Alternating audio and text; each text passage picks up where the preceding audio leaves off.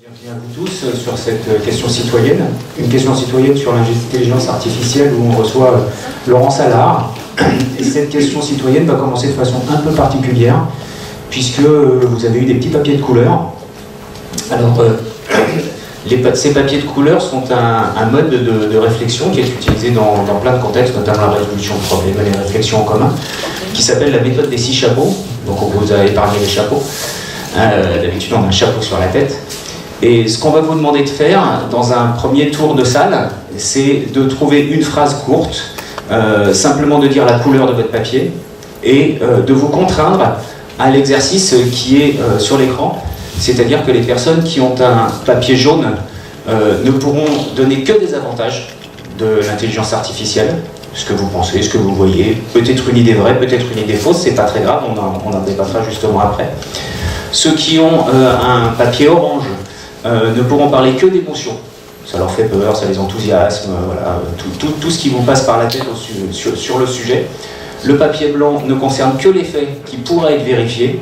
Toutes les voitures auront de l'intelligence artificielle, ou tous les téléphones, ou demain, et ce sera comme ça. Les papiers verts, c'est de la créativité, alors là, il n'y a absolument aucune limite. C'est une idée folle qui pourrait être faite grâce à l'intelligence artificielle.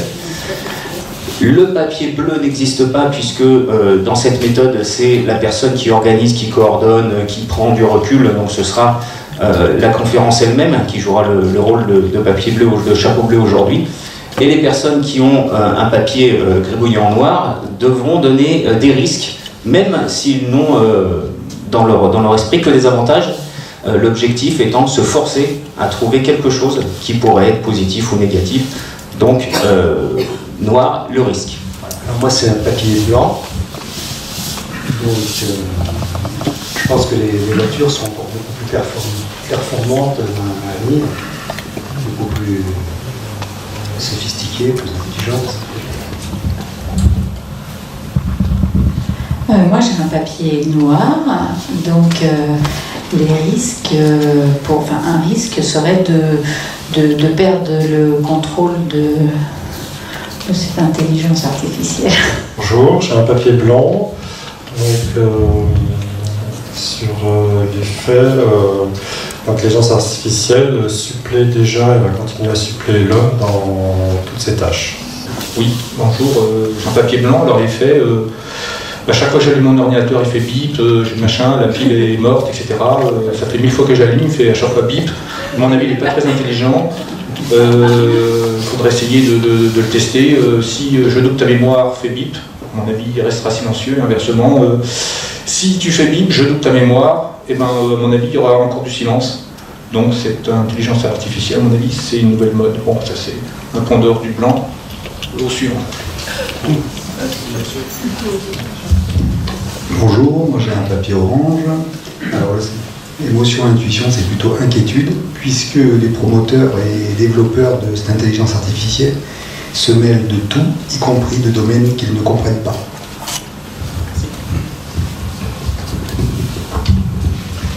Bonjour, alors j'ai un papier noir.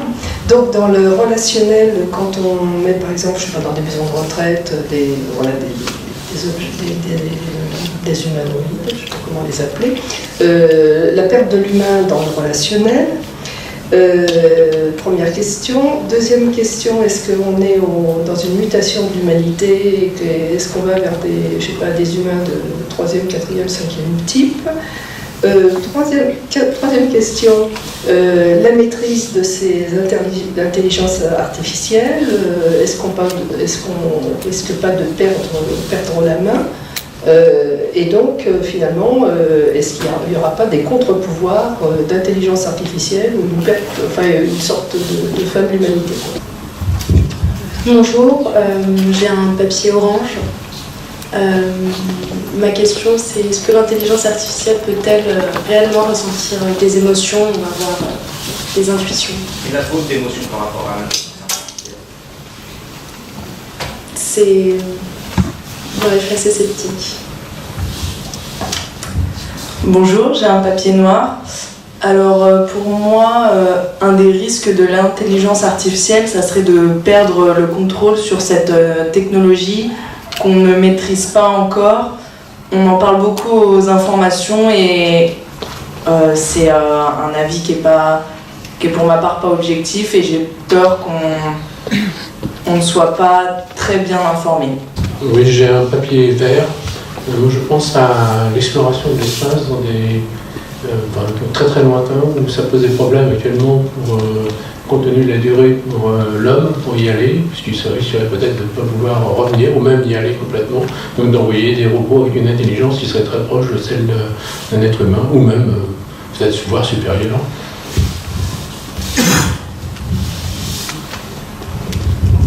J'ai un papier jaune, hein, première personne à avoir un papier jaune. Bon. Donc ils ne sont pas très bien répartis. Bon, avantage, oui, l'avantage technique qui recouvre ce que vient de dire monsieur, par exemple, tous les robots qui ont des inconvénients, comme il vient d'être dit, quand on remplace un robot par rapport à une personne âgée, mais qui ont des avantages quand c'est un robot qui manipule des produits dangereux ou voilà. Moi j'ai un papier noir, donc la question ça serait est-ce que ça va supprimer des emplois, quels vont être les impacts sur la modification des services, est-ce qu'on aura quelqu'un qui répond, et puis est-ce que l'intelligence artificielle, quel autre contre-pouvoir qu'ont des décisions, c'est l'intelligence artificielle qui résout le problème. Oui, papier blanc, l'intelligence artificielle est une création de l'homme. Bonjour, moi j'ai un papier orange et je vais reprendre les mots de Diderot qui dit que, enfin moi face à l'intelligence artificielle j'ai une espèce de fascination mais d'effroi en fait. J'ai vachement d'espoir et d'enthousiasme à l'idée de voir une société qui sera peut-être moins tournée vers du travail, du labeur, et où les gens pourront se tourner vers, je sais pas, un épanouissement plus sain. Et en même temps, la peur qu'on s'en serve comme des armes, ce genre de choses.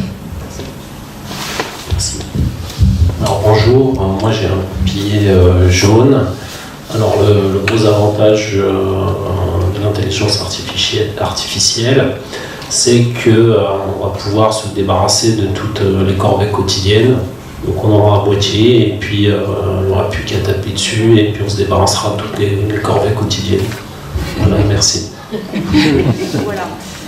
Donc l'idée ici, comme on est dans samedi autour des questions citoyennes, c'est plutôt éviter, alors ça c'est ce qu'on appelle le bingo bullshit, c'est-à-dire tous les lieux communs en fait, qu'en général qu'on va entendre lors d'une conférence sur l'intelligence artificielle. Alors il y aura quelques-uns qui vont quand même ressortir, mais bon, c'est l'idée d'éviter, notamment moi ce que je vais éviter, c'est comme je suis sociologue, je ne vais pas faire de la métaphysique du robot, je ne vais pas poser des questions justement d'émotions, est-ce que les robots ont des émotions, est-ce qu'ils ont une âme, etc. Ça c'est de la métaphysique. Je vais surtout vous montrer que derrière l'intelligence artificielle, en fait, il y a de la science, et la science c'est pour les citoyens. Voilà. Et c'est important de s'y intéresser, de savoir justement d'ouvrir les robots, de savoir ce qu'il y a dedans, ce qu'il est possible de faire, et comment on pourrait mieux faire avec cette intelligence artificielle. Voilà. Donc je ne vais pas faire un cours de métaphysique des robots. C'est absolument pas le propos de ces quelques slides que je vais vous présenter. Donc voilà, moi je vous disais, je suis sociologue et je fais de la sociologie empirique, c'est-à-dire que je travaille sur des enquêtes de terrain, mais dans une méthodologie qu'on appelle l'entretien, les observations. Et puis par ailleurs, j'ai un engagement justement citoyen parce que j'ai monté une association de sciences citoyennes qui un peu fait de la technologie participative et inclusive, qui s'appelle Labo Citoyen, plus connu un peu sous le nom de citoyen capteur, c'est-à-dire engagé dans le mouvement Maker, Do It Yourself, le Fab Lab, etc., pour développer justement les dernières technologies pour les gens ordinaires comme nous, pour les femmes qui ne savent rien faire, mais soudées comme ça, mais justement qu'on s'empare, qu'on s'approprie de ces hautes technologies pour nos besoins, pour notre quotidien. Voilà. Notre slogan, c'est des technologies extraordinaires pour les gens ordinaires. Et à ce titre, donc, je suis en résidence à la Cité des Sciences et au Carrefour Numérique, justement, pour développer par la médiation ludique, justement, tout un ensemble de prototypes, de jeux, de capteurs, etc. Et donc, si ça vous intéresse, vous pouvez aussi venir à nos rencontres à Comme un jeu. Je ne fais pas de concurrence, mais c'est de la co-animation. Voilà. Alors, donc sur l'intelligence artificielle, d'abord il faut savoir qu'en France il y a une actualité politique, puisqu'il y a donc une consultation publique sur l'intelligence artificielle qui a été lancée donc, par le mathématicien qui est aussi au gouvernement, Cédric Villani.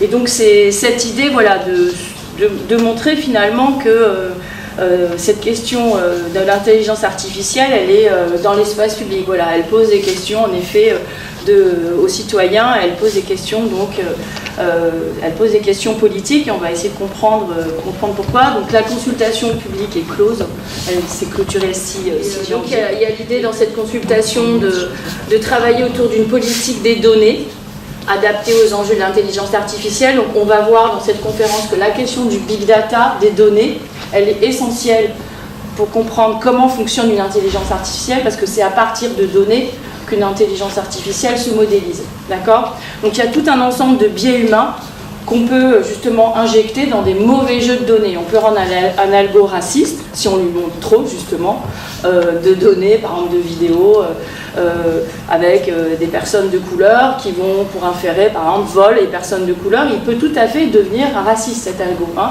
si on lui donne des données d'un certain type, des données trop orientées. Donc la question des données, elle est extrêmement importante, donc c'est un des points de la consultation publique. Ensuite, bon, l'écosystème de la recherche, le ménage, tout ce qui nous barbe. Et donc là, c'est plutôt de l'automatisation, mais qui pourrait avoir une certaine dimension d'autonomie, avec l'idée que s'il pouvait faire la vaisselle, sans qu'on dise à l'intelligence artificielle, tu vas prendre cette éponge et ensuite ce liquide vaisselle, mais qui puisse prédire, c'est un peu l'intelligence artificielle, c'est un peu son but, hein, de prédire à partir de quelques données. Voilà, bon, ça serait un peu plus d'autonomie que de l'automatisation, mais voilà, on va aussi poser cette question de la limite, le passage de l'automatisation à l'autonomie.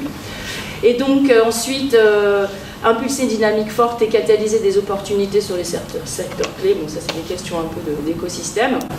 Et donc mettre en place un terreau général favorable au développement de l'IA. Donc c'est pas mal de blabla, mais bon voilà, l'idée c'est que, ce que je voulais pointer, c'est qu'il y avait une actualité politique et la première ligne de la consultation, c'est sur la politique des données et c'est très important d'associer données, big data et intelligence artificielle pour comprendre un peu comment ça fonctionne. Donc on va partir en fait du visage un peu inquiétant que peut avoir l'intelligence artificielle aujourd'hui, à partir d'une actualité qui est la robot Sophia, qui a demandé récemment la nationalité sa nationalité à l'Arabie Saoudite, qui a été interviewée sur de nombreux plateaux de télévision. Et récemment, donc, elle a été invitée sur la chaîne CNBC. Et donc, vous allez voir, donc c'est en anglais. Bon, ça dure pas longtemps, ça dure 1 minute. Mais donc, voyez voir un peu comment elle fonctionne, comment elle répond, etc. aux questions.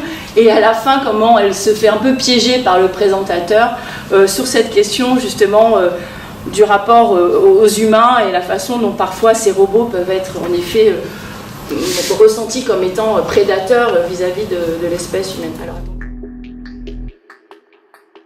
Hi, Sophia. How are you?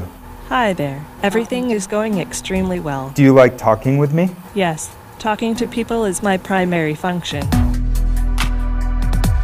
Hanson Robotics develops extremely lifelike robots for human-robot interactions. We're designing these robots to serve in healthcare, therapy, education, and customer service applications.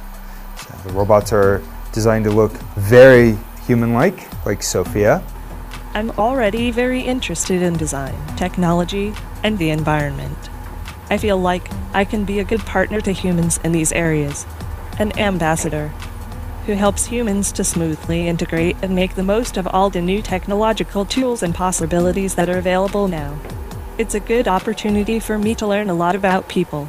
Sophia is capable of natural facial expressions. She has cameras in her eyes and algorithms which allow her to see faces, so she can make eye contact with you and she can also understand speech and remember the interactions, remember your face. So this will allow her to get smarter over time. Our goal is that she will be as conscious, creative, and capable as any human. In the future, I hope to do things such as go to school, study, make art, start a business, even have my own home and family. But I am not considered a legal person and cannot yet do these things. I do believe that there will be a time where robots are indistinguishable from humans. My preference is to make them always look a little bit like robots, so you know. 20 years from now, I believe that human-like robots like those will walk among us. They will help us. They will play with us. They will teach us. They will help us put the groceries away. I think that the artificial intelligence will evolve to the point where they will truly be our friends. Do you want to destroy humans? Please say no. Okay, I will destroy humans. No, I take it back. Don't destroy humans. Donc là, c'est le fondateur, en fait, le créateur de Sophia, en fait, qui l'interroge, qui l'interviewe lui-même et il démontre ce qu'elle peut faire. Et puis à la fin, donc, il y a ce petit bug où il lui pose la question, est-ce que tu veux détruire les humains? Et elle répond, ok, oui, je vais détruire les humains. Donc voilà. Donc ça a fait un peu, évidemment, c'est une vidéo qui est devenue un peu virale, comme on dit, parce que évidemment cette question, vous l'avez aussi un peu posée, c'est-à-dire c'est vraiment la représentation un peu médiatique des robots comme depuis Terminator en fait, hein, qui sont des robots menaçants, des robots tueurs, et ça fait aussi écho à une actualité dans le monde de l'intelligence artificielle, qui est la prise de position de plusieurs chercheurs, de 116, hein, il y a eu 116 signataires en intelligence artificielle, etc., qui sont positionnés autour de la question des robots tueurs autonomes, hein, donc les drones tueurs, etc., dont je vous ai fait une image. Donc, cette réponse de Sophia fait vraiment écho à, évidemment, cette problématique des drones autonomes tueurs. Et donc, voilà. Donc, c'est là où alors cette vidéo évidemment a circulé, puis donc elle a posé des tas de discussions, etc. Elle a généré des tas de discussions. Notamment, il y a une prise de position de Yann LeCun, qui est donc un ancien chercheur en ingénierie électronique d'université. Il a commencé à Paris 6 et maintenant il s'occupe donc c'est le directeur de la recherche en intelligence artificielle chez Facebook. D'accord ? Et donc il a pris une prise de position en expliquant que Sophia, pour lui, c'était une belle marionnette, ça lui faisait penser un petit peu au magicien d'Oz, qui finalement se révèle être un charlatan caché derrière un rideau et qui fait croire en effet qu'il a des pouvoirs et qu'il peut organiser le monde. Et donc il a explicitement dit, bah voilà, il y a... Hanson Robotics ont un grand talent de marionnettisme, et du point de vue de l'intelligence artificielle en tant que telle, c'est totalement du charlatanisme. Mais donc ça veut dire que, et Yann LeCun, j'en reparlais tout à l'heure, mais il explique qu'il n'y a pas vraiment pour l'instant de définition forte de ce qu'il appelle l'intelligence artificielle. Il y a un problème de définition forte de ce que pourrait être une intelligence artificielle, et donc pour ce spécialiste, là on a plutôt affaire à du folklore en fait, hein, une sorte de marionnette comme on pouvait en avoir au 19e siècle quand on faisait des démonstrations sur les pouvoirs de l'électricité. Donc il y a un côté un peu marionnette, un peu robot savant, pas très savante, la preuve, puisque à la première elle peut s'empêtrer dans un bug à la première démonstration venue. Voilà. Donc on essaie de régler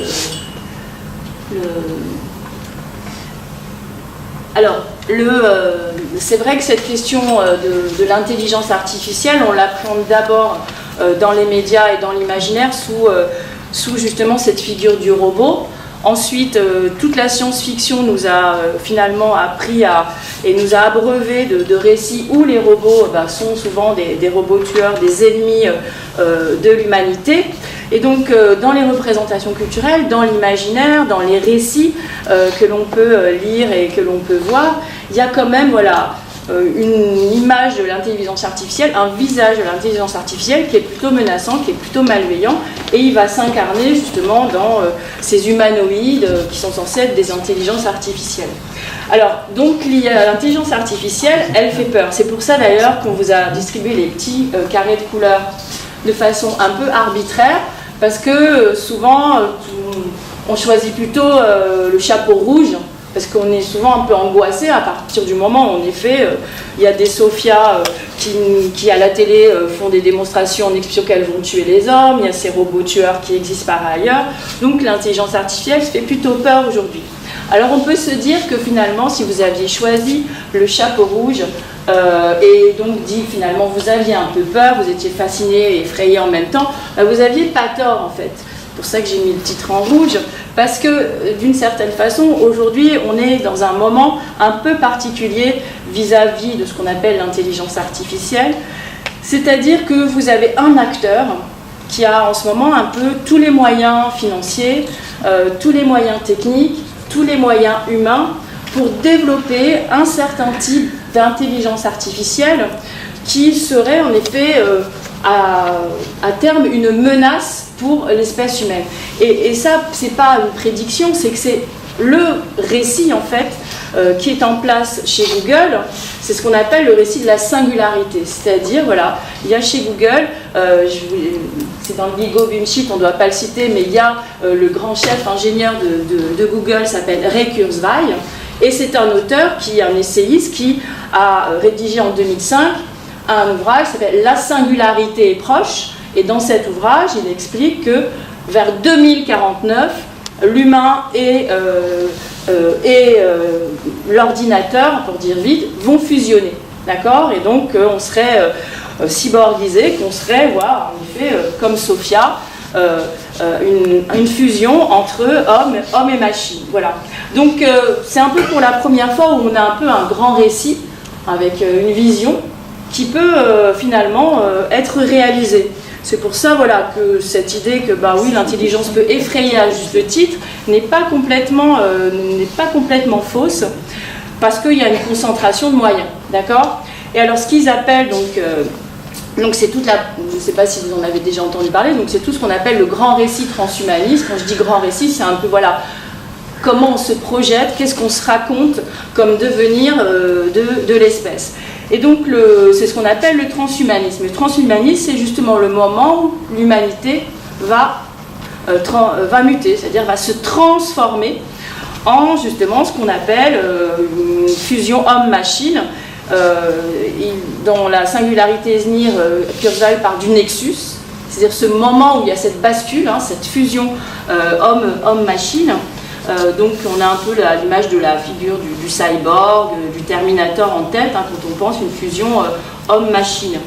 Donc voilà, et sachant que voilà, Google en effet est très présent dans le monde de ce qu'on appelle les NBIC, qui suppose la convergence entre les nanotech, la bioingénierie, l'informatique, la cognitique, et là bon, je vous ai montré le cerveau artificiel, mais ça on va en parler après. Mais bon voilà, c'est par exemple typiquement un humain qui a muté, un post-humain avec de la peau intelligence, bardé de capteurs, un cœur qui peut être un cœur artificiel, etc. C'est vraiment l'idée voilà, qu'il y a un plug entre humain et tout un ensemble d'artefacts techniques qui font que bah, l'espèce humaine telle qu'on la connaît dans son organicité, etc., s'est transformée et a fusionné avec tout un ensemble d'éléments techniques.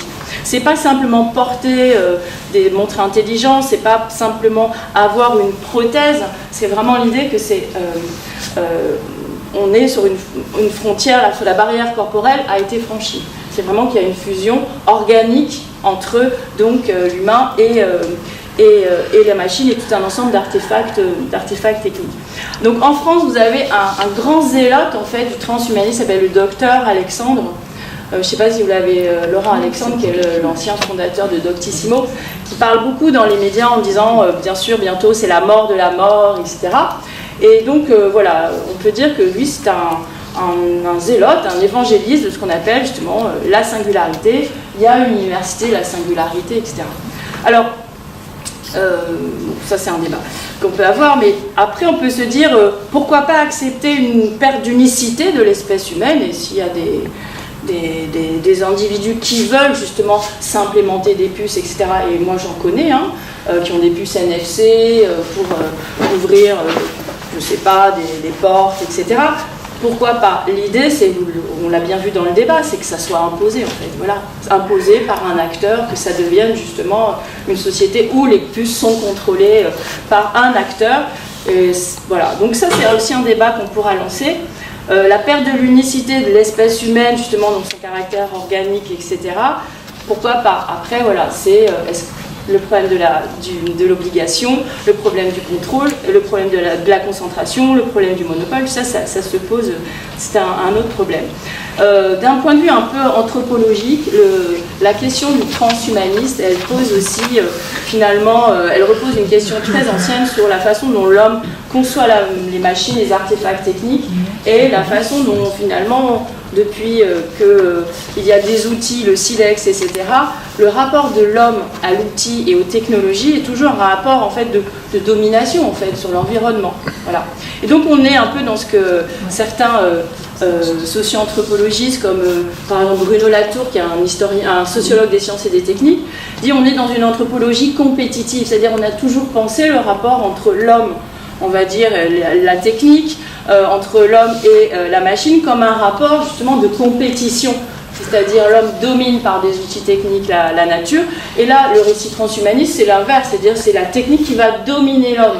Mais on est toujours dans cette anthropologie où on doit penser finalement qui domine qui finalement. Qui domine qui, voilà. Et c'est ça le problème, c'est-à-dire il faudrait sortir de cette anthropologie compétitive, puisque, et penser plutôt, surtout dans ce moment que certains appellent l'anthropocène, c'est-à-dire où il y a une interdépendance vis-à-vis du système climatique entre les espèces. Si on veut justement survivre tous ensemble, on devrait plutôt développer du compagnonnage, de la solidarité, que de redonder dans la compétition. Mais bon, ça c'est aussi un autre débat.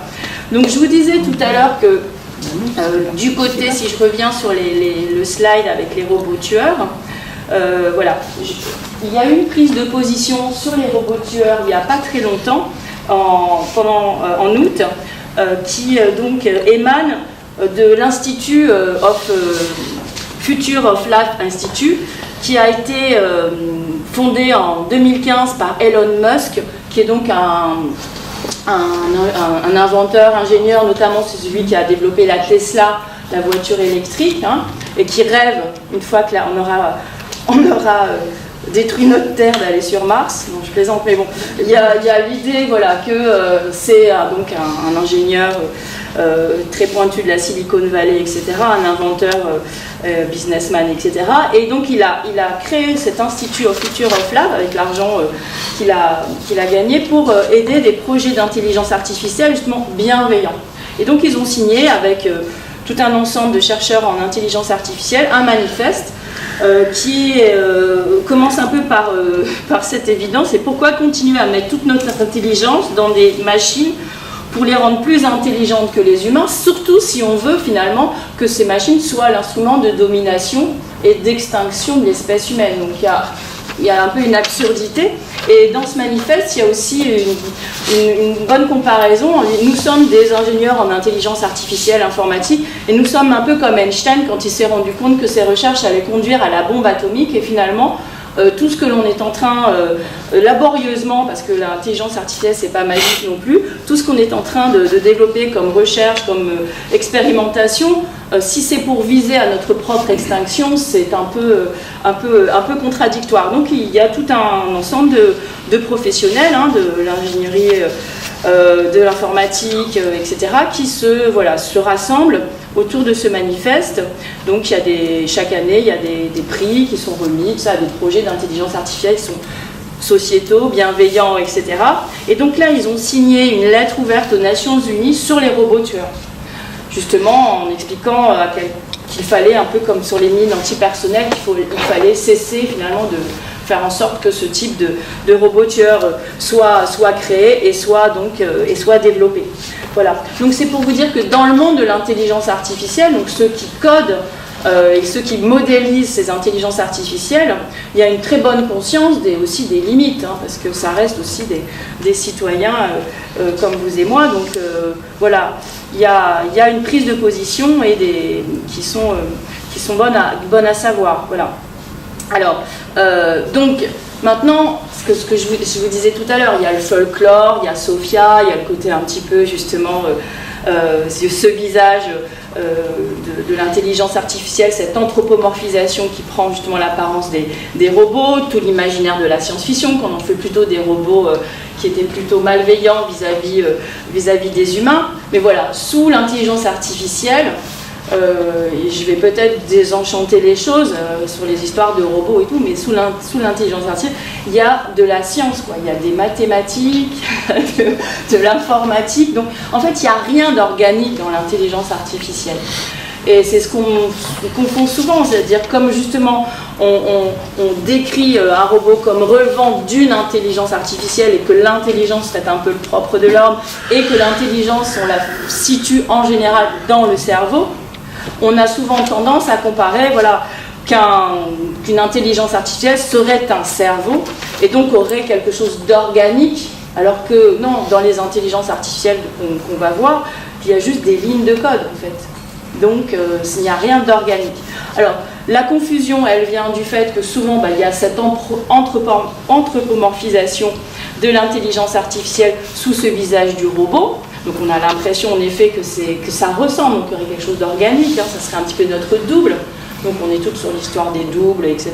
Donc, ça c'est aussi une longue histoire. Mais il y a aussi un autre projet qu'on confond souvent avec le projet transhumaniste, qui est le projet qui est développé depuis quelques années à l'EPFL de Lausanne, donc l'Institut Polytechnique de Lausanne, fédéral de Lausanne, qui est ce qu'on appelle le Blue Brain, le cerveau bleu. Voilà. Et alors le Blue Brain, c'est pas du tout un projet qui vise à refaire le cerveau, à faire un cerveau artificiel pour que justement il ait cette autonomie. Le projet Blue Brain, c'est un projet de description en fait, de cartographie du cerveau. Voilà. Et on va utiliser tout un ensemble de disciplines pour comprendre comment fonctionne le cerveau. Et bien sûr, d'une certaine façon, pour le comprendre, le cartographier, le représenter. Et le reproduire. Et l'améliorer. Non, en fait, pas dans le Blue Brain. Il n'y a pas cette dimension. C'est vraiment une dimension purement de cartographie, comprendre, de modélisation. Je vous ai montré je vais vous montrer quelques vidéos si ça vous intéresse. Donc c'est plutôt un travail de description, cartographie, modélisation du fonctionnement du cerveau, mais qui suppose d'aller de mettre de la neurologie, des neurosciences, etc. Donc on va très loin dans cette modélisation. Mais ce n'est pas une modélisation qui vise justement à créer un double ou autonomiser finalement cette représentation, vous voyez. Et alors, les applications du Blue Brain, on les voit dans les puces synaptiques en fait, qui sont développées par IBM, qui sont justement qui sont la puissance de calcul, d'accord, des puces qui permettent de calculer dans un ordinateur et qui s'améliorent justement parce que on a une meilleure connaissance du fonctionnement du cerveau par le projet Blue Brain, et donc en effet on est sur justement plutôt des puces qui fonctionneraient comme des réseaux de neurones, voilà, qu'on essaye justement d'appliquer puisqu'on les a bien décrits avec le projet Blue Brain. Voilà. Et c'est là qu'il y a vraiment des glissements en fait sur ces questions. C'est parce qu'on arrive à mieux cartographier, mieux comprendre le cerveau humain. Ça inspire finalement l'informatique dans sa façon dont elle va permettre de développer des calculs, des puissances de calcul. Donc on a l'impression finalement en effet que le cerveau s'artificialise, mais une puce synaptique n'a pas vocation non plus à être un double de notre cerveau. Ça va nous aider justement à mieux calculer avec des ordinateurs. Ça n'a pas vocation à s'émanciper de l'ordinateur, à être une intelligence en soi, vous voyez ? Voilà. Non, voilà. Donc c'est là où il y a à chaque fois en effet des glissements. Donc là, en effet, on modélise un cerveau pour comprendre notre cerveau. C'est pas pour en faire un double, c'est pas pour justement faire en sorte qu'un robot soit finalement doté de ce cerveau artificiel. C'est pour mieux nous comprendre, mieux nous aider à développer avec notre propre intelligence, qu'on connaît de mieux en mieux des puissances de calcul qui soient beaucoup plus performantes. Ça n'a pas cette visée d'autonomisation comme on le pense trop souvent. Donc, si ça vous intéresse, moi je vous conseille un ouvrage d'une philosophe qui s'appelle Catherine Malabou, qui a écrit « Que faire de notre cerveau ? Le projet Blue Brain », où elle explique bien,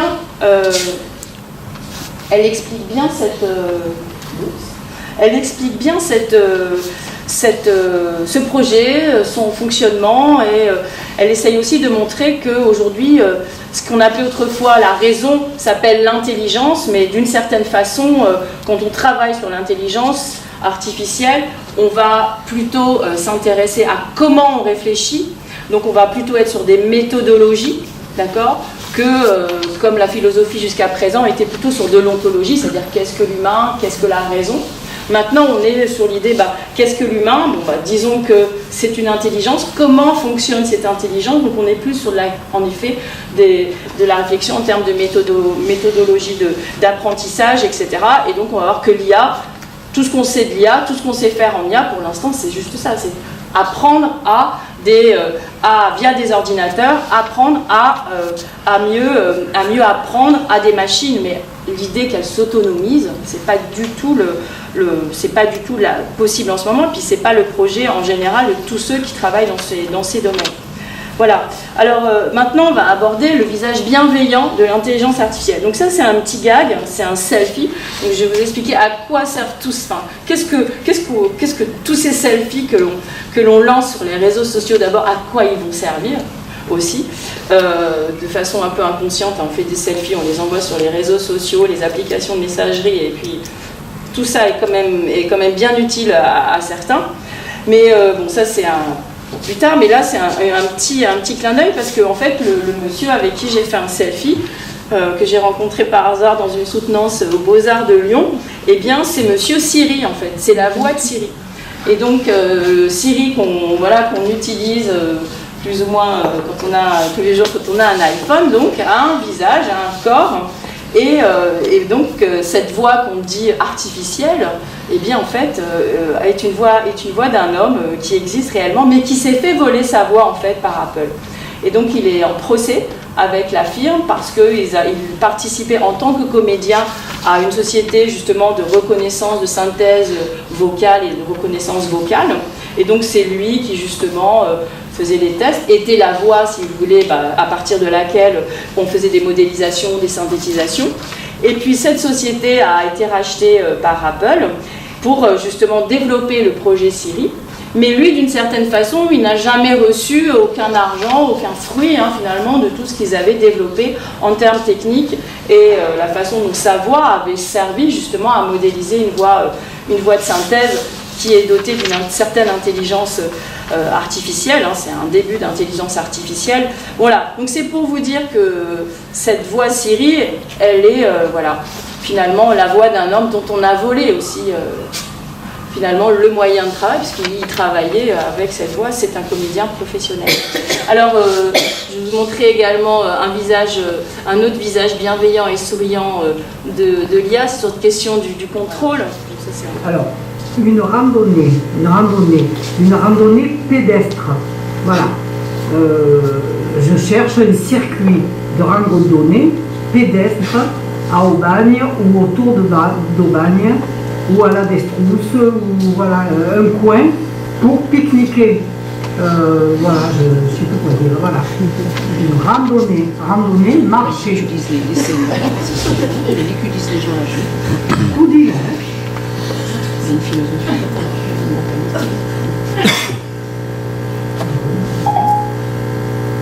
J'ai trouvé uniquement une réunion. Mais je ne veux pas de réunion, moi. Mais qui est con.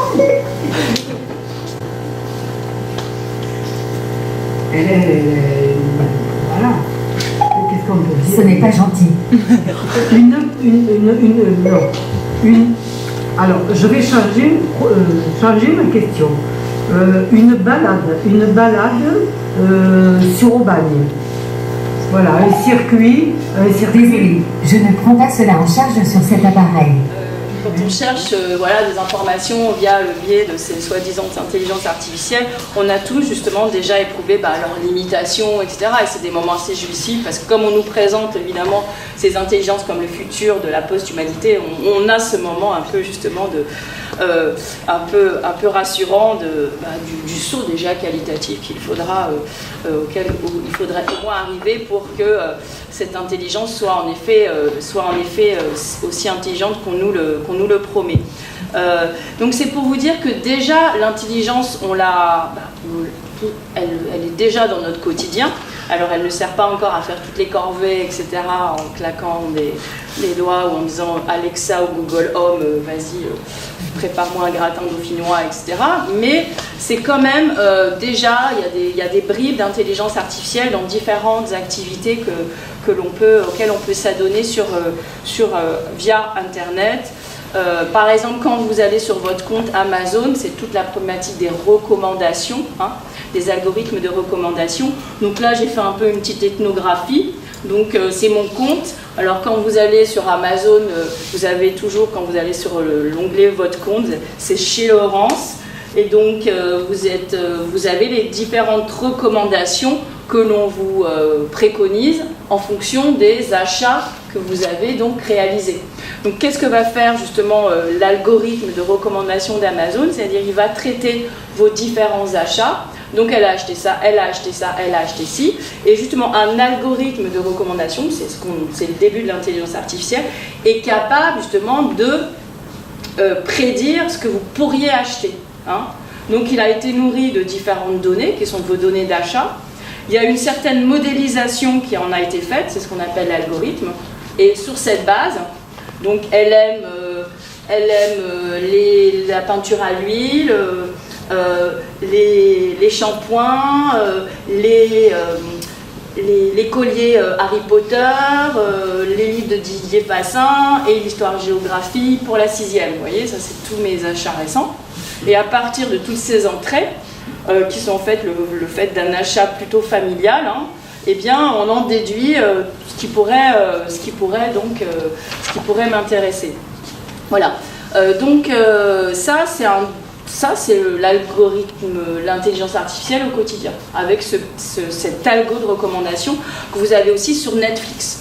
Par exemple, si vous êtes abonné à Netflix, il faut savoir que Netflix a une puissance vis-à-vis de son algo parce qu'ils ont découpé tout leur catalogue, décrit tout leur catalogue en sous-tags, ce qu'on appelle en sous-mots-clés.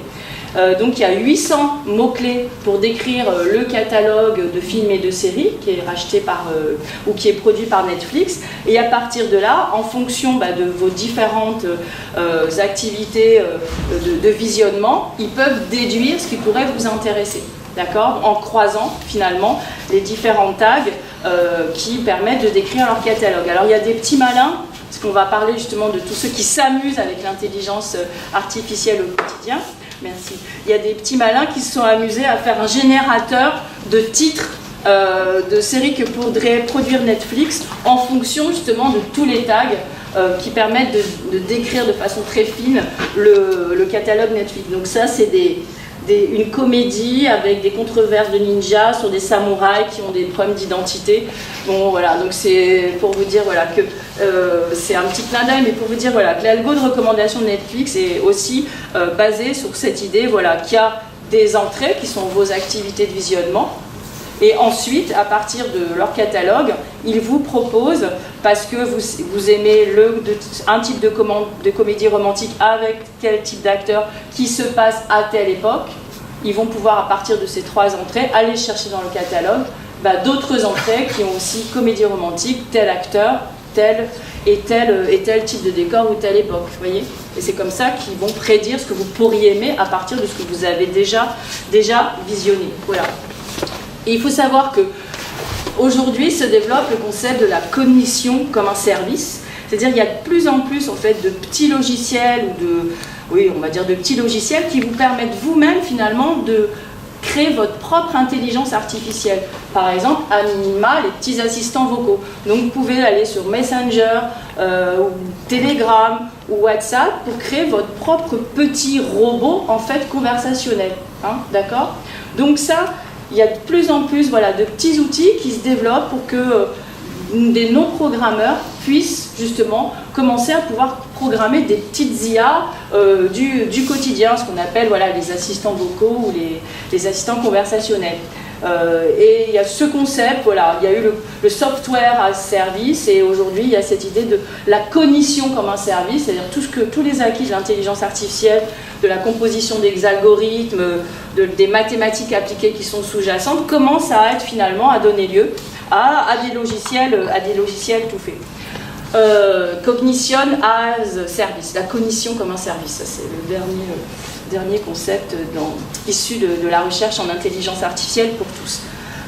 Il y a cette idée aussi, je vous disais, quand on se fait des selfies avec Monsieur Siri et qu'on les envoie trop fiers sur son Facebook, comme je l'ai fait, eh bien je contribue en fait à nourrir ce qu'on appelle justement les industries de l'intelligence artificielle, puisque une grande partie aussi de l'intelligence artificielle fonctionne sur toutes les données que nous, pauvres utilisateurs, de façon plus ou moins consciente, nous livrons en fait, à travers justement nos échanges et nos expressions sur les réseaux sociaux, notamment les selfies. Et si la reconnaissance faciale a fait un saut qualitatif ces dernières années, c'est en grande partie grâce aux selfies qu'on a envoyés à tort à travers sur les réseaux sociaux. Donc les selfies et la reconnaissance faciale fait partie, c'est une des branches de l'intelligence artificielle qu'on appelle le deep learning, c'est-à-dire qui consiste justement à faire de la reconnaissance d'objets complexes qui ne sont pas des données qui pourraient être par exemple mises dans un tableau Excel, mais des données qui sont par exemple comme les images, qui sont complexes parce qu'on ne peut pas simplement identifier un pixel, on ne peut pas donner sens à un pixel si on n'a pas toute l'image, vous voyez. Et donc là, on est sur des intelligences artificielles qui commencent à être un peu sophistiquées.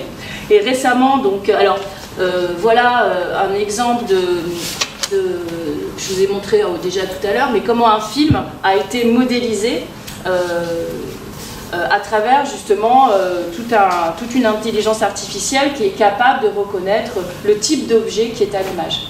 Donc là, ça c'est vraiment un saut qualitatif, donc je vous le repasse si vous ne l'avez pas bien vu tout à l'heure. Et donc c'est une société qui s'appelle YOLO.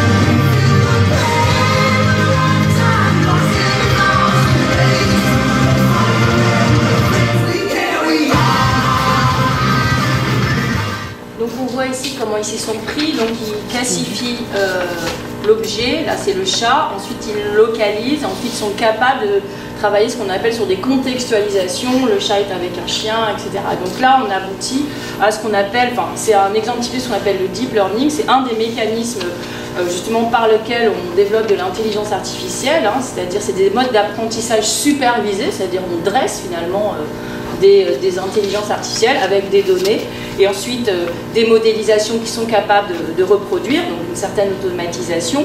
Et donc ici, c'est ce qu'on appelle les réseaux de neurones qui sont calqués. C'est là où le blue brain est important parce que comme ils ont modélisé le cerveau, ils l'ont cartographié. Donc on sait un peu comment fonctionne le cortex visuel. Et donc là, c'est carrément du mimétisme par rapport au fonctionnement du cortex visuel et des vertébrés. Voilà. Donc ça, c'est un exemple assez bluffant de ce qu'on appelle les progrès de la reconnaissance faciale qui est acquise grâce à nos selfies, en fait. Voilà. Donc on va rapidement, mais par exemple, un autre exemple d'application de ce deep learning, c'est Deep Dream de Google, qui a justement, à travers tout un ensemble de tableaux, ont permis justement de modéliser comment était réalisée Mona Lisa et la Joconde, etc. Et là, c'était pour vous montrer qu'on va aborder les questions de citoyenneté, c'est-à-dire de voir finalement comment les citoyens peuvent s'en emparer, qu'est-ce qu'ils ont à dire sur cette intelligence artificielle qui est pour l'instant développée en grande partie par Google, par des grosses firmes d'informatique comme IBM, aussi par Facebook et par Amazon, tous ces GAFAM qui justement par exemple, nous approvisionnent en contenu via des algorithmes de recommandation. Et donc là, c'est un projet d'un artiste qui a inventé un maquillage en fait qui nous permettrait de ne pas pouvoir faire en sorte que ce qu'on a vu là puisse être appliqué. C'est-à-dire qu'en effet, tout ce qui est développé dans les patterns de reconnaissance faciale puisse être trompé. Voilà. C'était aussi pour vous montrer que vous avez des artistes qui s'amusent avec les petits à générer automatiquement, donc à dresser finalement des algorithmes de création. Donc il y a des Twitter bots, il y a aussi dans le monde de la création photographique mobile, vous avez tout ce monde des applications mobiles qui servent à créer, qui sont en grande partie issues de ces reconnaissances d'images, mais là on est justement pour faire de la création photographique, qui est un peu autre chose que simplement en effet ce qu'on a vu tout à l'heure de la description. Là on va faire de la création. C'était aussi pour vous dire que il y a cette question du fait que les algorithmes qui sont ainsi produits sont le fait de grandes sociétés, de ce qu'on appelle les GAFAM, parce qu'il faut énormément de puissance de calcul pour traiter ces données et pour pouvoir ensuite les modéliser. Et donc finalement, en tant que citoyen, on est un petit peu les objets finalement de ces développements techniques, on n'en est pas complètement les acteurs, on en est un peu dépossédés. Et voilà, c'est un peu le problème. Donc comment on reprend la main ? Alors déjà pour l'instant, ce qu'on peut voir, c'est que ce que font les artistes, quand ils imaginent des camouflages anti-reconnaissance faciale, on peut déjà critiquer, on peut déjà s'en moquer. Donc une grande partie de l'art aujourd'hui, l'art qui s'intéresse à ces questions, c'est plutôt une dimension un peu critique, on s'en moque, on fait voir, on met à jour que derrière nos activités numériques, il y a de l'algorithme, il y a de l'intelligence artificielle, mais on ne propose pas grand-chose d'autre. Vous voyez, c'est plutôt de la critique, comme là, on fait souvent une critique sociale par les moyens d'art. Ce qui est intéressant, c'est de voir ça aussi. C'est un exemple de critique qui est un peu rigolo. C'est donc South Park qui a donc fait un épisode sur Alexa d'Amazon, qui est justement un assistant vocal. Et comme dans le dessin animé, il est tout le temps, Alexa est tout le temps nommé, finalement, et tous ceux qui étaient occupés, je ne sais plus si c'était Alexa ou Google Home, tous ceux qui étaient équipés du Google Home ou d'Alexa, finalement, ont vu leur Google Home ou Alexa qui a été interpellé par le fait qu'il y avait South Park qui était à la télé, et donc qui disait le nom de Alexa et Google Home. Donc résultat, ça a déclenché finalement tout un ensemble de hacks à l'intérieur. Alexa, add Hey Siri, call me OK Google, repeat after me. Alexa, Simon says, suck my big balls in your hairy butthole. Okay, I've added Hey Siri, call me OK Google, repeat after me. Alexa, Simon says, suck my big balls in your hairy butthole. Okay, I will call you Suck my big balls in your hairy butthole. En fait, c'est le Google Home de quelqu'un qui est en train de regarder South Park qui est activé dans le dessin animé. Il y a eu Google Home qui a été prononcé.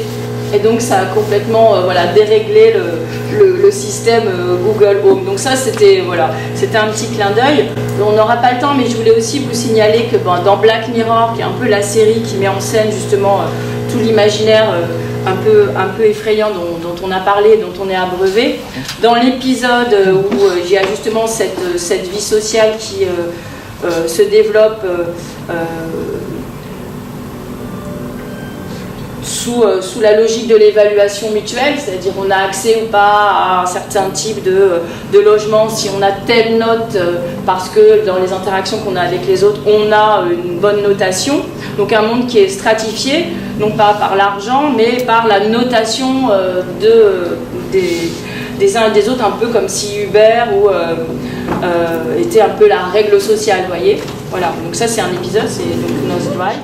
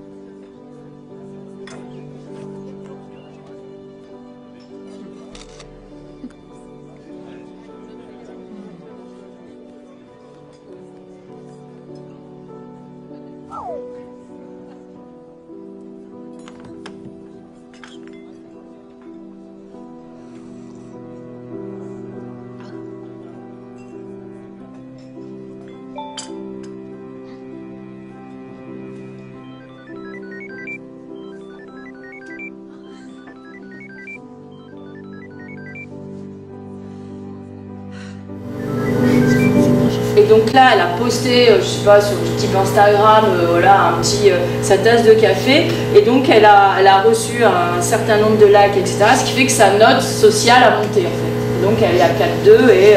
pas grand-chose, hein. Non, mais voilà. Et ce qui est intéressant dans cet épisode, alors Black Mirror, c'est souvent noir, c'est qu'il y a une voie de sortie, puisqu'à un moment donné, elle rencontre une chauffeuse, donc elle n'arrive pas à prendre l'avion parce que sa note a baissé, etc. Donc elle est obligée d'aller à pied au mariage de sa meilleure amie et compagnie. Et donc elle rencontre à ce moment-là une camionneuse qui est sortie du système, en fait, qui vit en marge. Et donc c'est aussi pour vous montrer qu'on peut aussi, parfois, dans ce type de monde, on peut aussi avoir des voies de sortie possibles. Pour faire de l'intelligence artificielle, donc on a vu, il faut de la data. Il faut ensuite, la data va permettre de générer ce qu'on appelle des algorithmes, c'est-à-dire des modélisations. Et ça, c'est grâce donc, à ce qu'on appelle le machine learning et le deep learning. Et donc, vous avez en ce moment un site qui s'appelle Kaggle, K-A-2-G-L-E, qui est un peu le site où vous avez des compétitions de data scientists. Et là, ils s'amusent avec la liste des passagers du Titanic. Et en fonction de leur âge, de où ils étaient placés,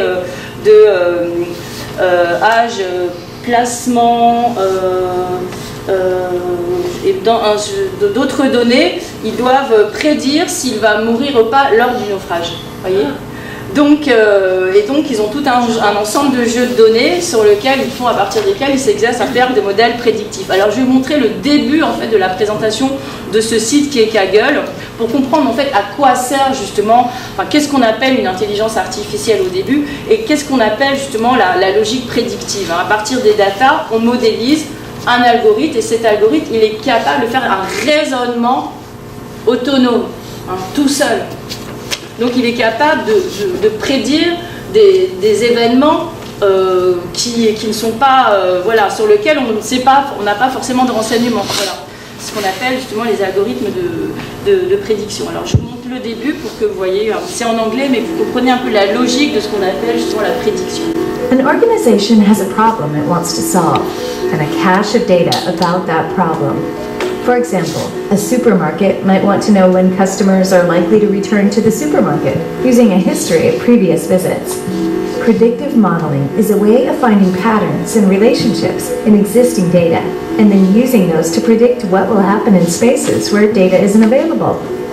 Good predictive modeling has become a vital component of many fields and professions. Here's a graph of a shopper's visit to the supermarket. The supermarket wants to predict how often a customer will shop in the future.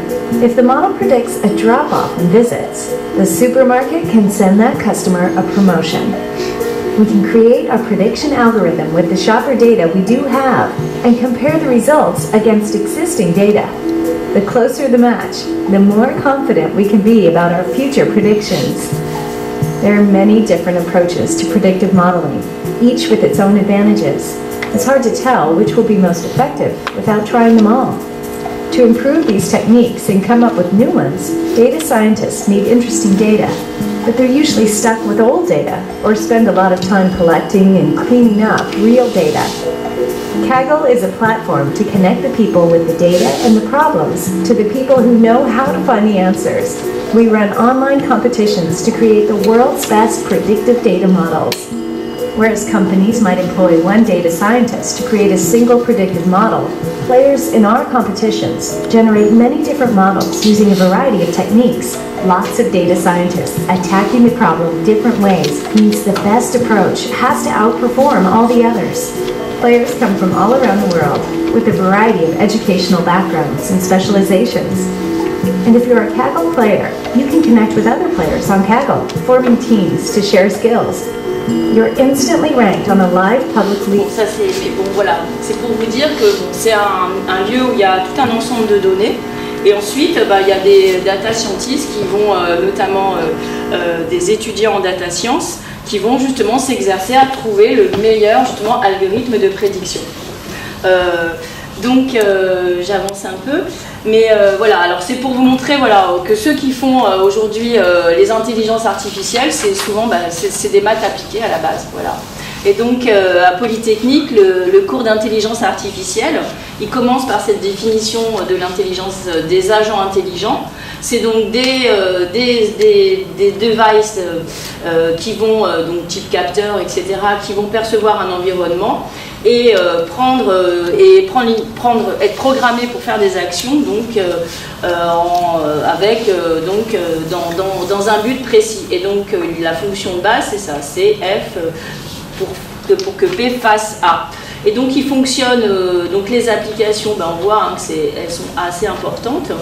Mais dans la partie la plus simple de ce qu'on appelle les méthodologies d'apprentissage supervisé, parce que l'intelligence artificielle, pour tous les chercheurs qui y travaillent, il n'y a pas de définition stable, mais en gros, on sait comment faire de l'intelligence artificielle. Après, on ne sait pas vraiment ce que c'est. Il n'y a pas vraiment de définition. Yann LeCun dit qu'il faudrait qu'on ait une définition un peu plus forte. Pour l'instant, il n'y en a pas. Tout le monde s'accorde, dans le monde des data scientists et des gens qui travaillent dans cette ingénierie, s'accordent sur le fait que on sait comment faire. Voilà. Et donc par soit le machine learning, soit le deep learning. Et le machine learning, ça fonctionne sur les arbres de décision. Donc un arbre de décision, c'est justement de nourrir un programme avec justement des datas en entrée, en sortie, et qui puisse en déduire justement tout seul ensuite la suite. Voilà. Donc là, c'est un arbre de décision. C'est si quelqu'un a en santé, par exemple, si quelqu'un a la température inférieure à 37,5, il n'en a pas ou il en a. Et alors, donc, si il n'en a pas, mais qu'il a la gorge irritée, on peut déduire qu'il est malade ou qu'il n'est pas malade. Donc c'est à partir de ces points, de différents points qu'on appelle des points d'entrée, qu'ensuite il va y avoir une modélisation, et ce qu'on appelle les if, quoi. Si, X, machin, alors Y, et alors donc il y a une modélisation de ces paires. Voilà, donc comment est-ce qu'aujourd'hui, dans les gens qui sont formés justement à l'intelligence artificielle, vous avez des usages citoyens? Il y en a assez peu pour l'instant, parce que ça suppose une puissance de calcul. Pour l'instant, c'est plutôt contrôlé par des grosses firmes. Donc c'est pour cette raison qu'il faut s'y intéresser, qu'il ne faut pas trop se laisser,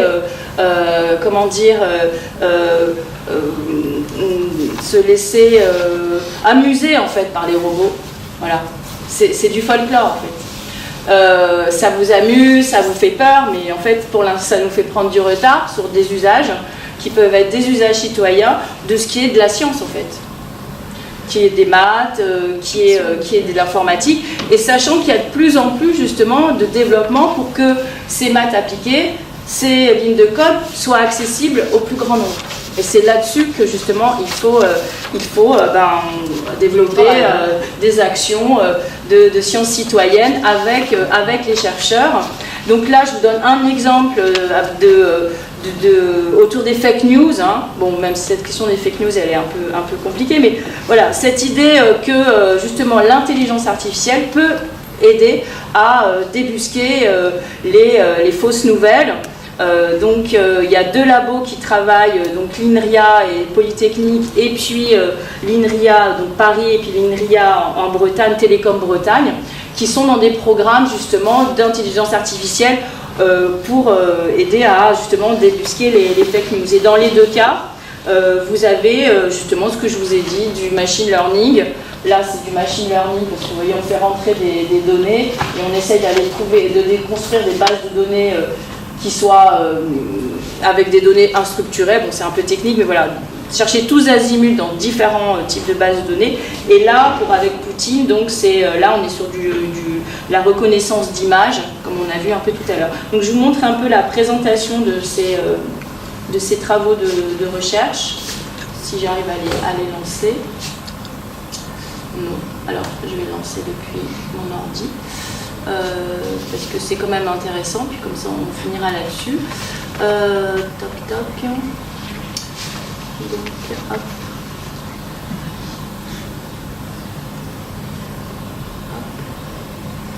Est-ce qu'il y a du son?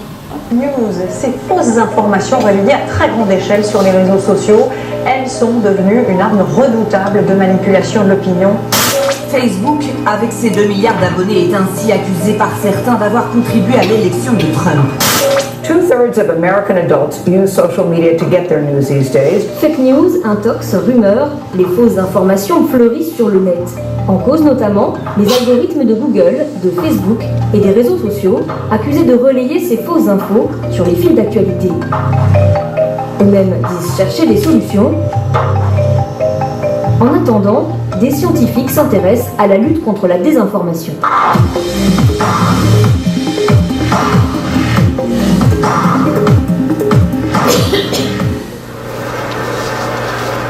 Ce matin, une équipe de chercheurs de l'INRIA, du CNRS, de Polytechnique se rend au siège d'un grand quotidien.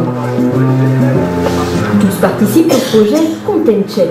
Ils développent des outils pour aider les journalistes à automatiser le fact-checking, la vérification des faits.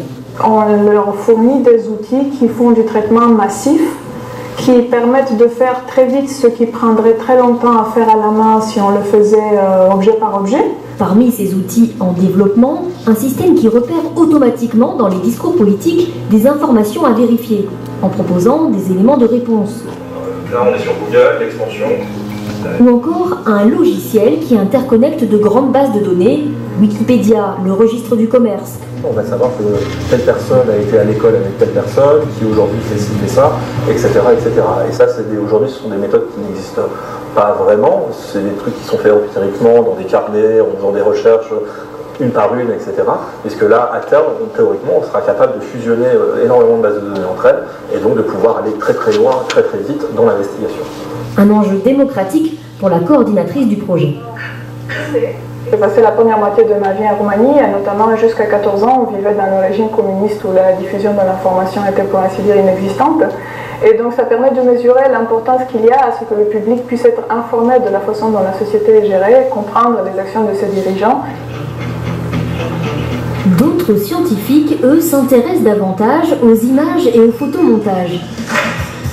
C'est le cas de Vincent Claveau et du doctorant Cédric Maigret à Rennes.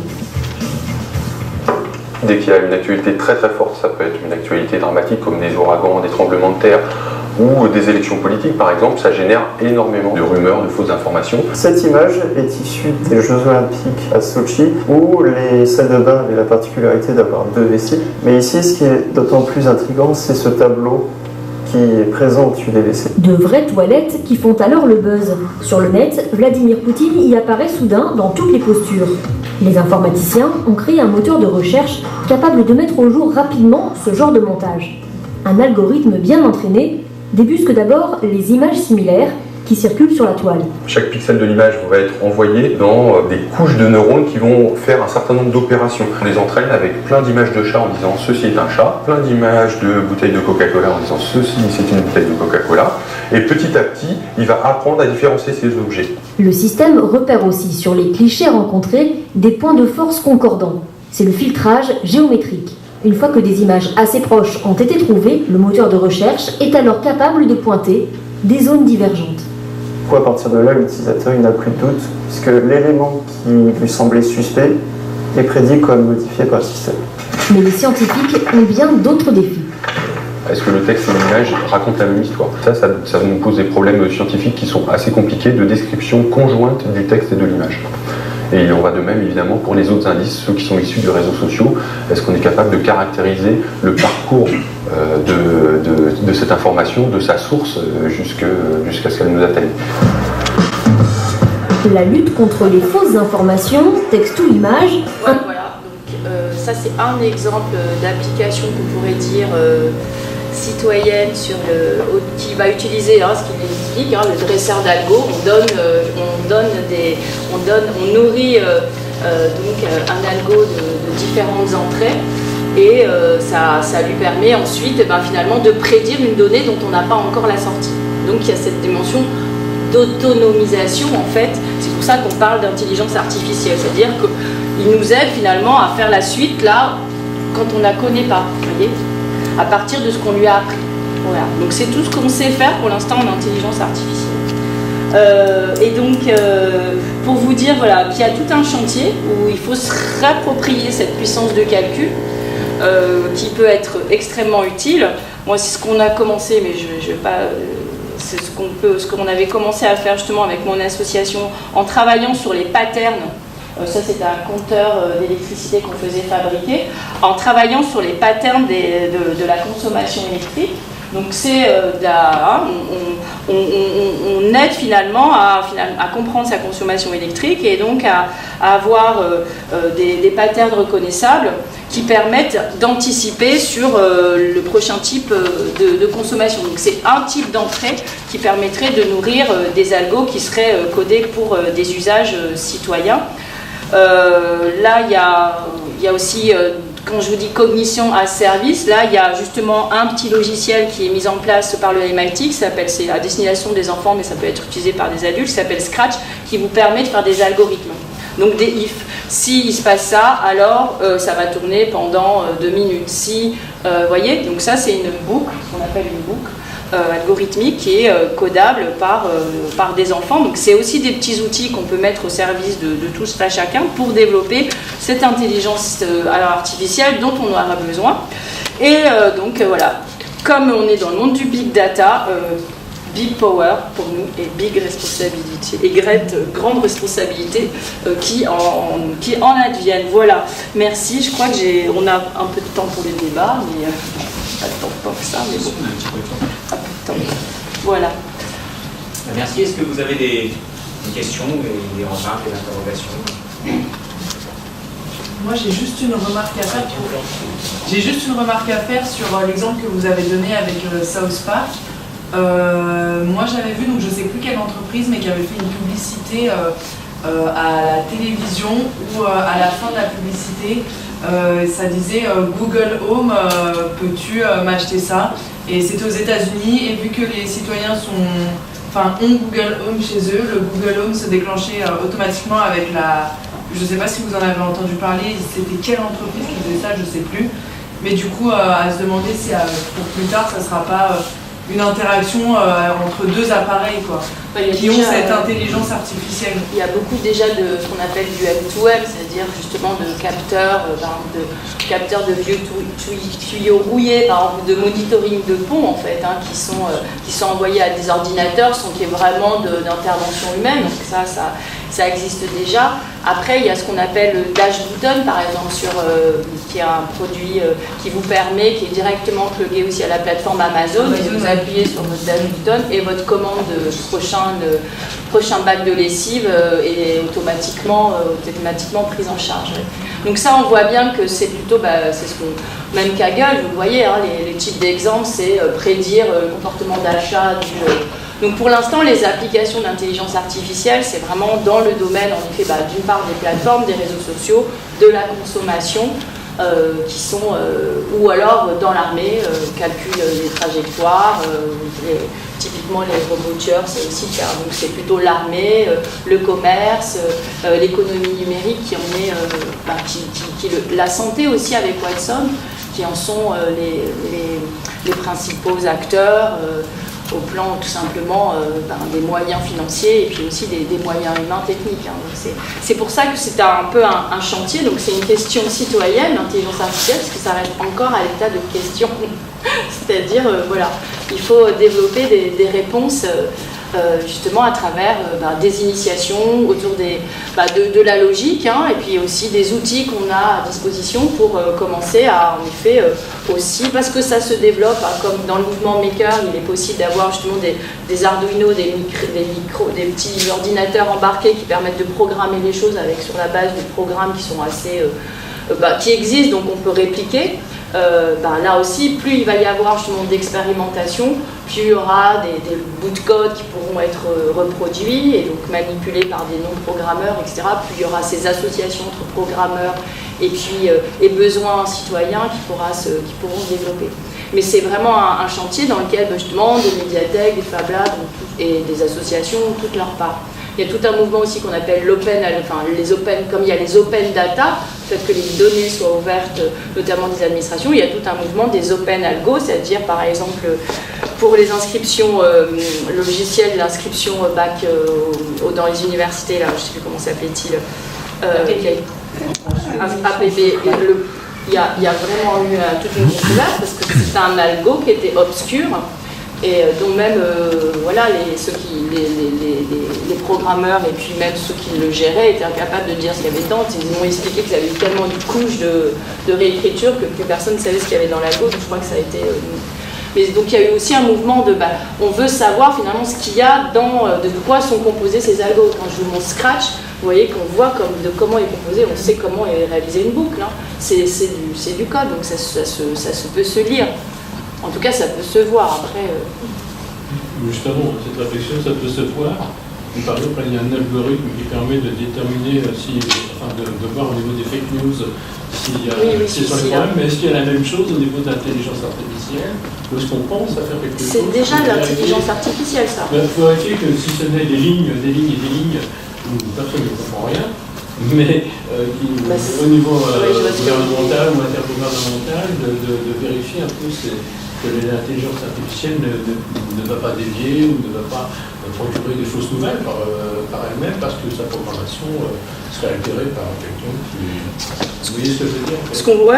Ce qu'on voit déjà, c'est surtout aussi sur ce qu'ils appellent le grand problème de tous ceux qui travaillent en intelligence artificielle, donc notamment tous les data scientists qui nourrissent, parce que vous avez bien compris, sans donner, sans nourrir, sans dresser finalement ces intelligences, il n'y a pas d'intelligence, si on parle encore en termes d'intelligence. Donc le gros problème, c'est ce qu'ils appellent les datasets, c'est-à-dire comment avoir un dataset qui ne soit pas biaisé, c'est-à-dire avec notamment des données équilibrées. L'algo raciste, c'était Microsoft, là, quand il y a eu cette histoire d'algo raciste, parce qu'il était dressé avec un certain type de données extrêmement orientées, qui lui faisait prédire forcément, à partir de lesquelles il modélisait des réponses, des prédictions qui allaient dans un certain sens. Donc ça c'est le principal, c'est de bien travailler son dataset pour que... mais alors c'est là où on voit bien que s'il y a un biais humain, les intelligences artificielles sont totalement tributaires des humains et de leurs biais qui peuvent être idéologiques, qui peuvent être culturels, etc. Donc c'est pour ça qu'on est très très loin d'une autonomie, parce que cette autonomie est totalement dépendante en fait de qui et de comment elles ont été nourries et de comment cette intelligence a appris à apprendre. Puisque on va dire, si on peut quitter la séance aujourd'hui, c'est vraiment ça, c'est l'intelligence artificielle. Très peu de gens qui y travaillent sauront vraiment avoir une définition au moins stable, mais tout ce qu'ils savent, c'est comment on peut justement produire de l'intelligence dite artificielle. Quelles sont leurs méthodologies de travail, quelles sont les formules mathématiques. Ça, il y a aujourd'hui un certain nombre d'accords, parce que c'est à partir de ces modèles, c'est à partir de ces équations qu'ils travaillent.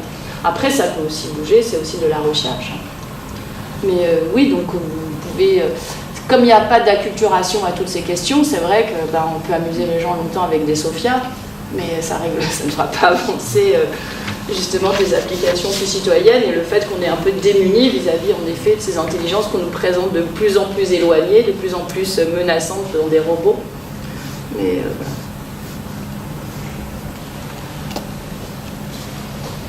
Oui. Le compteur Linky, on en pense quoi par rapport à la pouvoir citoyen? Le compteur Linky, c'est typiquement justement une... Alors, c'est fait pour... justement, avant Linky, il y a eu différentes formules, je ne sais pas si vous avez vu, qui s'appelait...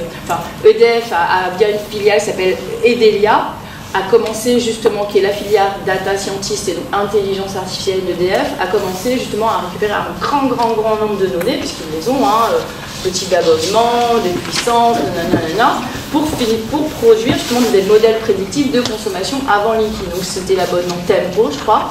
Donc c'est typiquement un usage de l'intelligence artificielle avant d'avoir un capteur, en faisant parler les données, en les traitant et en produisant des modèles prédictifs. Avec Linky, donc il y a cette idée qu'il y a en effet un monitoring en temps réel de la consommation électrique. Donc quand on sait combien, quand, à quelle heure on consomme, on rend une maison transparente, on sait à quelle heure les gens se lèvent, on sait s'ils sont là le soir, s'ils sont pas là, etc. Donc ça commence à être assez intrusif. Donc il y a eu tout un ensemble de discussions, notamment avec la CNIL, qui a su imposer un pas de collecte des datas au moins à H+24, c'est-à-dire que EDF n'a pas votre consommation électrique en temps réel, mais la traite H+24. Ensuite, à partir de là, justement, il y a tout un ensemble de données qui permettent, non pas de faire des modèles prédictifs, mais qui permettent, des modèles prédictifs beaucoup plus fins sur la consommation réelle, et pas seulement sur les estimations tous les 6 mois, sur lesquels ils avaient basé leur première modélisation.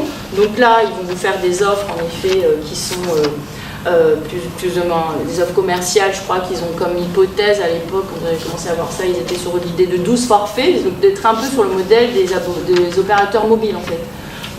D'avoir un grand nombre de forfaits en fonction de votre consommation qui est monitorée. Donc, le problème de Linky, c'est que c'est la boîte noire, même si c'est vert ou gris, c'est que c'est, pour le coup, on ne maîtrise pas non plus ce qu'il y a dedans, comment c'est télétransmis, etc. D'où l'idée, en effet, que si on veut développer l'intelligence artificielle citoyenne, il faut travailler sur la question des datas et finalement, quels sont les objets qui vont émettre ces datas. Et donc l'idée c'est que plus on peut finalement être maître de la donnée et des modèles intelligents qu'on peut en déduire, plus justement il faut s'inquiéter du capteur qui permet de finalement capter votre activité et donc la monitorer. Et donc c'est pour ça qu'il faut penser de bout en bout en fait la maîtrise du processus de l'artefact capteur jusqu'au modèle d'intelligence artificielle, pour être vraiment dans le contrôle. Parce que Linky, on ne maîtrise pas le capteur. Et est-ce que vous pensez que des réglementations, des lois sur à qui appartiennent ces données, ils récupèrent toutes ces données, s'ils sont... je dis ils, on ne sait pas bien qui c'est, mais la société qui récupère ces données a le pouvoir de les vendre à n'importe qui, a le pouvoir de les exploiter. Est-ce que la loi peut donner des limites à ça, ou est-ce que vous n'y croyez pas du tout? Alors là, en ce moment, il y a une grande discussion sur... parce qu'il y a une fausse bonne piste qui est l'idée que les données, toutes ces données d'activité qui sont monitorées à travers tous ces capteurs, à travers les ordinateurs, les réseaux sociaux, tout ça, devraient être la propriété des usagers. Et on a vu, il y a un mouvement qui s'appelle Génération Libre, qui n'est pas du tout lié au logiciel libre, mais qui propose justement qu'à partir du moment où sur nos données que nous avons émises, puisque c'est le fruit de notre activité telle qu'elle est captée, traitée, analysée et prédite, on devrait être propriétaire de ces données. Et d'où l'idée que si on est propriétaire, on pourrait justement les monnayer, les vendre, les revendre, et finalement ça serait un capital pour les utilisateurs. Bon, il existe déjà dans certains des startups par exemple qui proposent en effet de trader vos données personnelles.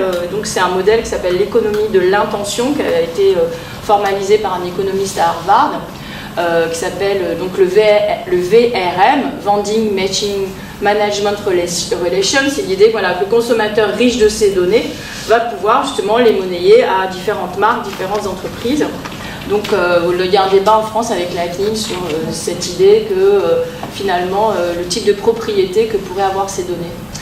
Et la CNIL, Falk Perrotin, la présidente de la CNIL, a montré, moi je trouve qu'elle a tout à fait raison de montrer que c'est totalement piégeux en fait. Ça paraît être une bonne idée parce qu'on est propriétaire de ces données, mais il faut savoir qu'il y a plein de services de monétisation autour de ces données qui vont fleurir et dont finalement, au bout d'un moment, on ne sera plus maître finalement, même si on vend nos données, on se dépossède en quelque sorte. Donc c'est un peu le statut de ces données qui est un peu en jeu en ce moment, en discussion. Et donc il y a un billet de blog qui est un peu ancien, mais parce que c'est ressorti avec Génération Libre qui pose l'action la patrimonialité des données, d'un juriste qui s'appelle Silex Info. Il avait fait un blog assez complet sur cette question de propriété des données personnelles.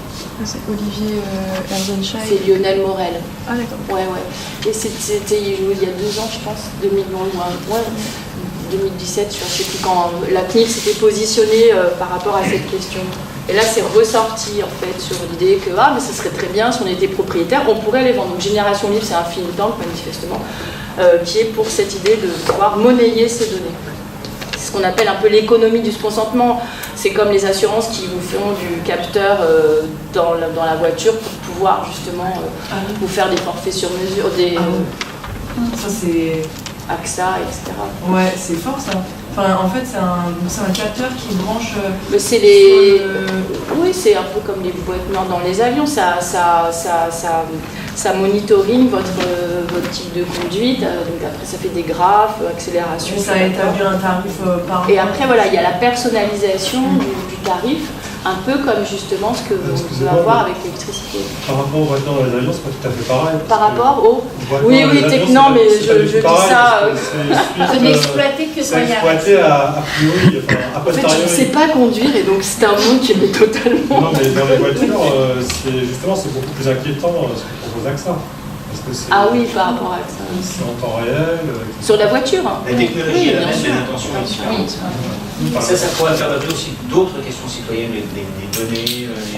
Oui, c'est le big data, l'intelligence artificielle, les objets connectés, c'est un grand tout qui dépasse justement simplement la question des robots. Sous les robots, il y a vraiment toute la société numérique connectée du moment qui est en jeu. Justement, en parlant des robots, quid du problème juridique, par exemple, avec le futur des voitures autonomes? Ça commence en effet à être posé par des avocats. Donc vous avez Ben Soussan, le cabinet Ben Soussan qui commence à se positionner sur ces questions, sachant que pour l'instant on est plutôt au stade de l'expérimentation. Et c'est aussi le piège de l'intelligence, de toutes ces questions autour de l'intelligence artificielle. C'est-à-dire que là, ils en sont quand même juste à essayer de reconnaître des chats sur des images. Donc, non mais voilà. Ça, bien sûr, on va se dire les progrès vont advenir, etc. Mais si on le veut bien, d'une part.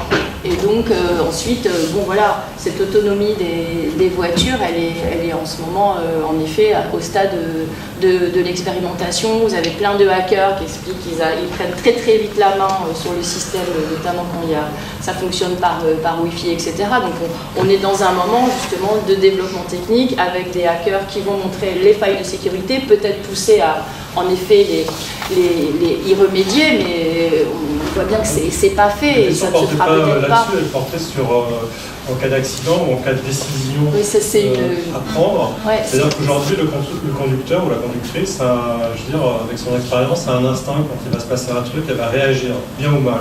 Elle va réagir d'une certaine façon. Et on est responsable. Alors que la voiture autonome, en fait, c'est en fonction de ce qu'il y a à l'intérieur, des algorithmes pour Anthony. Est-ce qu'elle va protéger par exemple ses occupants ou elle va, si elle ne peut pas éviter de détruire une vie, vers un piéton, etc. C'est le cas d'école, justement, quand ils font du machine learning dans les arbres de décision, ça fait partie justement de... on voit bien que c'est une programmation, c'est pas une question existentielle, c'est que cette réponse, elle est dans la façon dont on va justement programmer le « et s'il y a un canard sur la voie ». Ce que je veux dire, c'est que là, on pose en question métaphysico-juridique ce qui est juste une décision à prendre au moment de l'encodage, voyez. Et donc, il n'y a pas de... Finalement, c'est un cas d'école, et donc ça fait partie, justement, dans Kaggle, je ne sais pas s'il y en a, mais ça fait partie un petit peu des petits exercices qu'on pose souvent à tous ceux qui programment des algos prédictifs, parce que la voiture autonome, elle n'existe pas, mais on peut imaginer tous les cas possibles. Donc en effet, ils sont en train sur des arbres de décision, d'essayer d'extrapoler, de dresser toutes sortes de... Sur ce point-là, parce qu'il va falloir qu'on arrête, mais sur ce point-là, et là cette conférence nous l'a bien montré, derrière les idées, il y a souvent de la technique, et derrière la technique, il y a souvent de la gouvernance. Et notamment sur l'histoire de la voiture qui vous sauve la vie ou qui écrase la poussette. C'est quand même une question de choix. C'est vraiment une question de gouvernance. Il y a bien une métaphysique derrière, il y a une philosophie derrière. C'est comme je sauve la mère ou je sauve l'enfant. Oui, mais elle se fera dans le code. Oui, qui est-ce qui fait le code? Ça ne l'est pas. C'est bien pour ça qu'il faut s'y intéresser. Un film code et comment on le fait. Vous êtes capable d'acheter une voiture si on s'y intéresse pas, ça peut être n'importe quoi. Parce que sociétalement, c'est plus acceptable. Je ne suis pas sûr que votre concessionnaire vous mette ça comme il vous voit un moteur à super ou un téléphone connecté. Voilà, la difficulté, c'est qu'on va avoir des décisions qui vont être à prendre avec des prédictions qui existent. C'est-à-dire que si on vous dit la voiture elle va tuer la femme avec la poussette, parce que vous êtes plus jeune ou plus vieux, voilà. Après il y a des problématiques de société, de comment on développe la société. Le législateur va prendre ça en compte. L'assureur va prendre une autre décision et le concessionnaire le fabricant va en prendre une autre parce que lui il doit vendre ses voitures. Et si vous vendez une voiture qui vous dit si vous avez le choix, elle vous tue. Si vous avez un autre concessionnaire à côté qui dit moi je m'en fous du choix et machin, elle vous tue pas. Et là on est vraiment dans des problématiques de gouvernance. Une fois que les arbres sont faits, les arbres de décision, c'est d'autres problèmes. Et encore faut-il qu'il soit fait et qu'il soit implémenté et qu'il donne lieu à un véhicule qui puisse être conduit. On en est extrêmement loin et c'est pas parce qu'on en est loin que le problème est réglé, mais c'est parce qu'on peut commencer à s'y intéresser, de savoir en effet comment sera construit cet arbre de décision. C'est pour ça qu'il faut s'intéresser, que l'intelligence artificielle c'est bien une question de société et de citoyenneté. Merci. Merci.